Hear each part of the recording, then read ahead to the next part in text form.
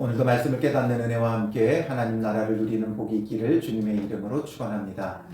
하나님의 뜻은 결단코 어그러지지 않습니다. 하나님의 뜻과 계획, 하나님의 섭리는 우리가 어떻게 한다고 해서 달라지지 않아요. 그렇기 때문에 그 하나님께서 계획하고 섭리하신 바에 우리가 온전히 성령의 이끄심을 받으면 정말 전적으로 선하고 거룩하게 쓰임받는 자가 될 것이고, 또 우리가 그렇지 아니하면 반대로 성령이 임하였어도 우리는 불의하고 악하게 쓰임받아요. 그래서 성경에 보면 가끔 불의한 상황에 하나님의 영이 임하여 있는 것을 보게 돼요. 그 대표적인 게 삼손이죠. 그리고 삼손뿐만 아니라 이방 나라의 왕에게도 여호와의 영에 감동됨이 벌어져 하나님의 구원의 일들이 이루어지기도 하죠. 그래서 우리는 항상 주님 안에서 거룩하기를 힘쓰는 자가 되어져야 돼요. 하나님 앞에 우리가 힘써야 될 건 거룩함이지 우리가 무엇을 이루고자 함이 아니에요. 삼손은 자기가 하나님의 구원을 베풀겠다고 어떤 계획을 했어요? 이방 여인과 결혼을 하고 그리고 틈을 보아 블레셋을 칠 계획을 가졌죠.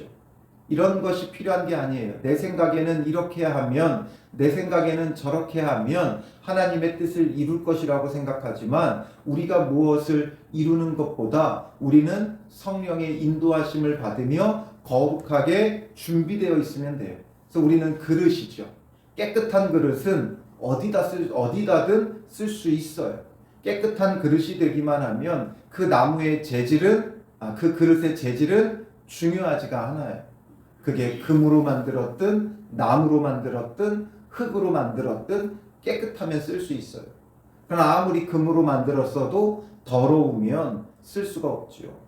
그러므로 우리가 주님 안에서 거룩하게 늘 준비해야 되는 거예요.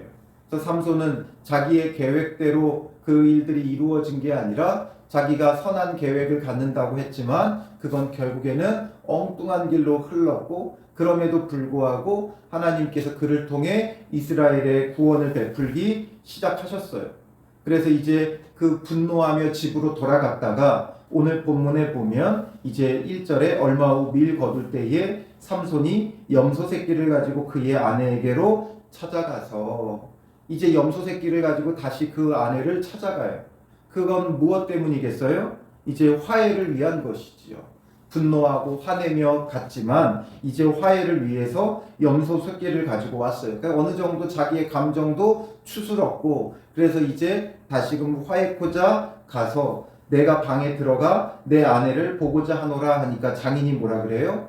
들어오지 못하게 하면서 내가 그를 심히 미워하는 줄 알고 그를 내 친구에게 주었노라. 그 아내를 그의 친구에게 줘버린 거예요. 그러니 삼손은 또다시 분노하죠. 그래서 3절에 보면 이번은 내가 블레셋 사람들을 해할지라도 그들에게 대하여 내게 허물이 없을 것이니라. 자기의 아내를 자기의 친구에게 준 것으로 인해 삼손은 분노하면서 어떤 일을 해요? 여우 300마리를 붙잡고 2마리씩 그 꼬리를 묶어요. 그리고 그 묶인 꼬리에다가 횃불을 달아가지고 곡식단과 아직 배지 않은 곡식과 포도원과 감람나무들을 살라버리죠. 불태워버려요. 이때가 어느 때라 그랬어요? 1절에 밀 거둘 때죠. 그러니까 밀 거둘 때에 이걸 다 불태워버렸어요. 그러니 이 지금 블레셋 사람들이 얼마나 분노하고 화가 나겠어요. 이제 막 파종했을 때가 아니라 그동안 1년 동안 열심히 농사짓고 밀을 거두고 있는 그때에 이제 출수하여 먹기만 하면 되는 때예요. 그러니 식량도 다 떨어졌고 이제는 이 밀을 거두어서 먹기만 하면 되는 그때에 이 밀을 다 불살랐다고 생각해 보세요. 얼마나 화가 나겠어요. 그래서 오늘 15장은 온통 복수혈전이에요. 삼손이 아내를 친구에게 준 것에 대한 분노와 복수로 이제 여우 꼬리에 불을 달아가지고 모든 것들을 불살라버리고, 그리고 이것을 본 블레셋 사람들이 누가 이 일을 했느냐 하니까 딥낫 사람 사위 삼손이 이렇게 했다. 그러니 장인이 삼손의 아내를 빼앗아 그의 친구에게 준 까닭이다 하니까 블레셋 사람들이 어떻게 해요? 올라가서 그 여인과 그의 아버지를 불살르니라.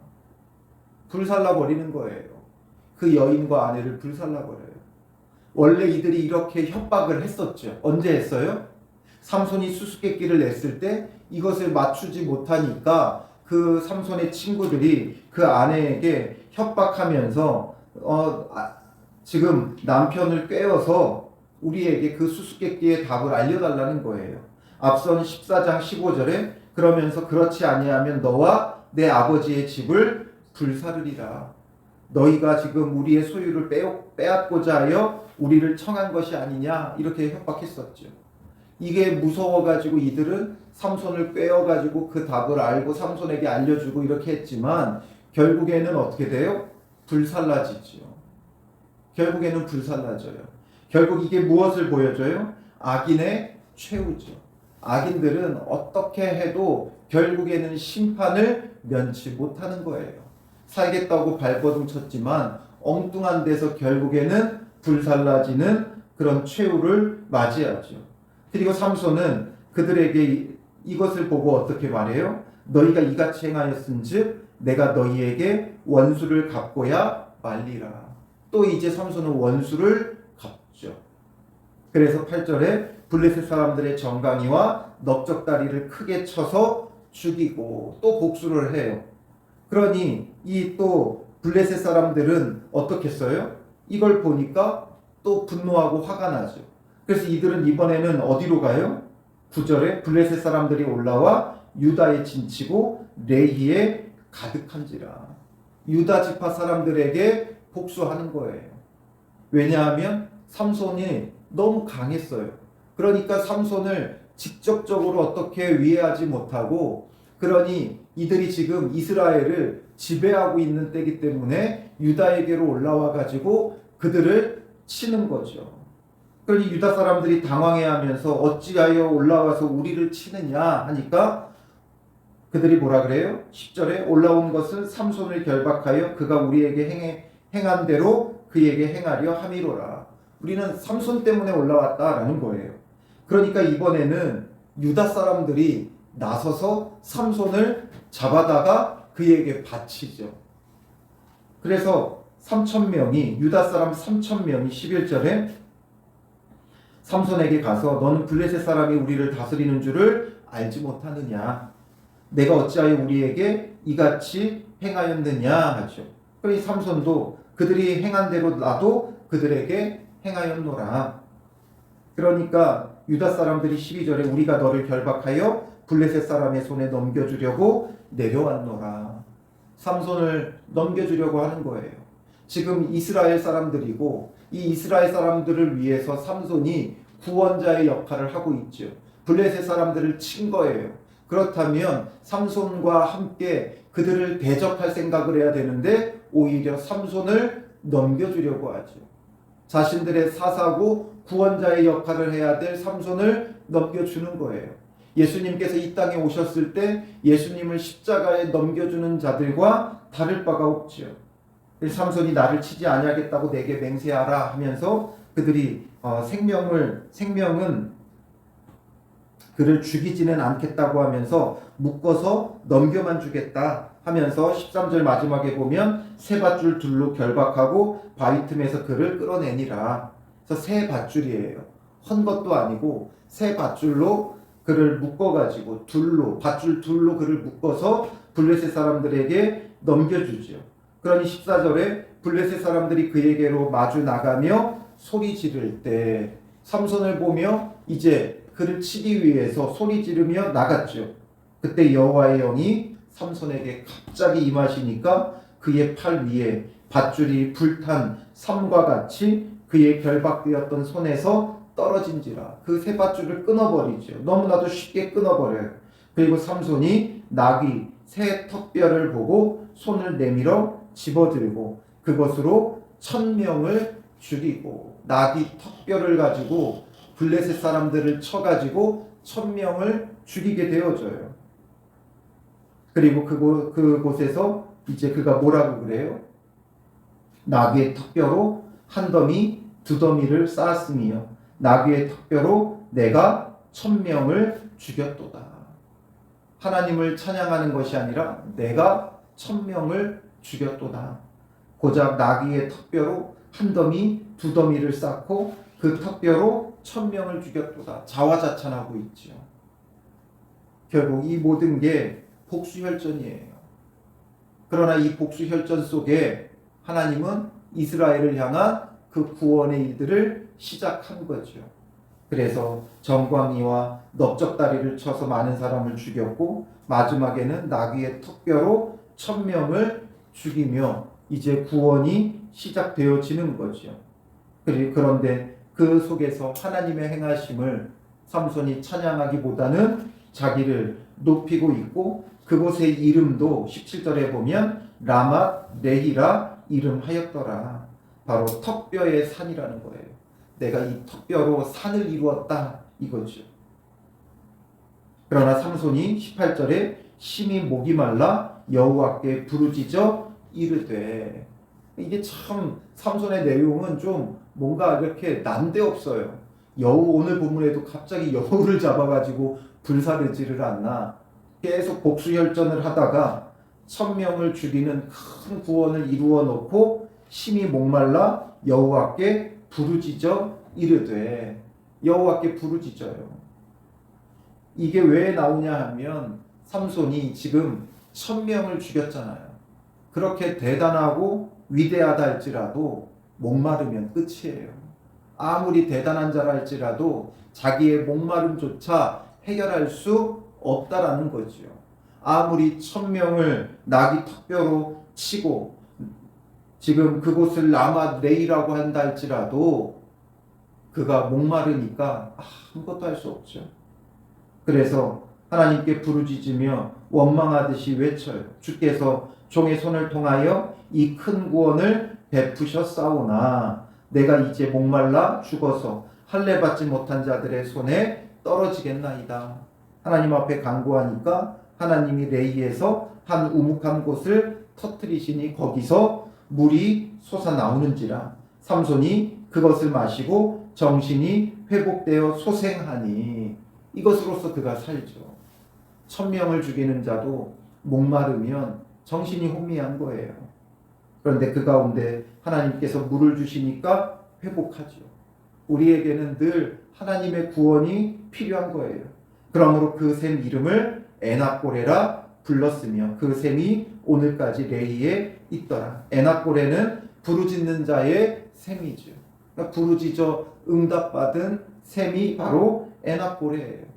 그러므로 아무리 대단하고 위대한 자라 할지라도 하나님의 구원이 필요해요. 오늘 우리에게 이 본문의 말씀이 무엇을 보여줍니까? 삼손은 복수열전을 벌이지만 그것을 통해 하나님의 섭리대로 이스라엘의 구원이 이루어져요. 그러나 그는 너무나 연약한 존재였고 목마름 속에 죽어가는 존재였어요. 그런 그도 하나님의 구원이 필요했다라는 거죠. 그런데 오늘 이게 우리에게 무엇을 이야기해줘요? 그러나 예수님은 어떻게 하셨어요? 예수님은 삼손과는 달랐죠. 결과적으로 구원이라는 것에 도착함에 있어 삼손은 자기의 분노 속에 그들이 행한 대로 갚고 원수를 갚고 이렇게 행하였지만 예수님은 오히려 낮아지고 죽어지고 섬김으로써 우리의 구원을 완성하셨어요.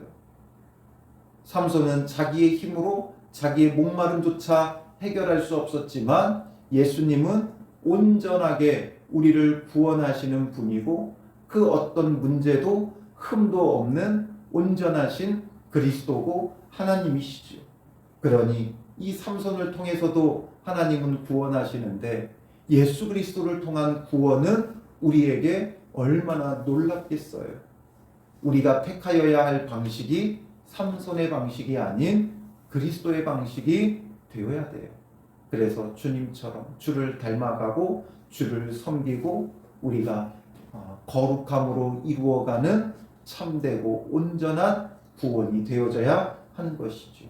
그러므로 오늘 하루도 우리가 그리스도를 본받고 삼손의 길이 아니라 그리스도의 길로 원수를 갚는 길이 아니라 낮아져 죽어지고 섬기는 사랑의 길로 나아가는 믿음의 사람들 되시기를 주님의 이름으로 축원합니다. 기도하겠습니다. 살아계신 아버지 하나님, 삼손을 통해서도 놀라운 일을 행하셨던 주님, 하나님의 섭리 가운데 하나님의 구원을 이루어 가시는 여호와이신 것을 우리가 봅니다.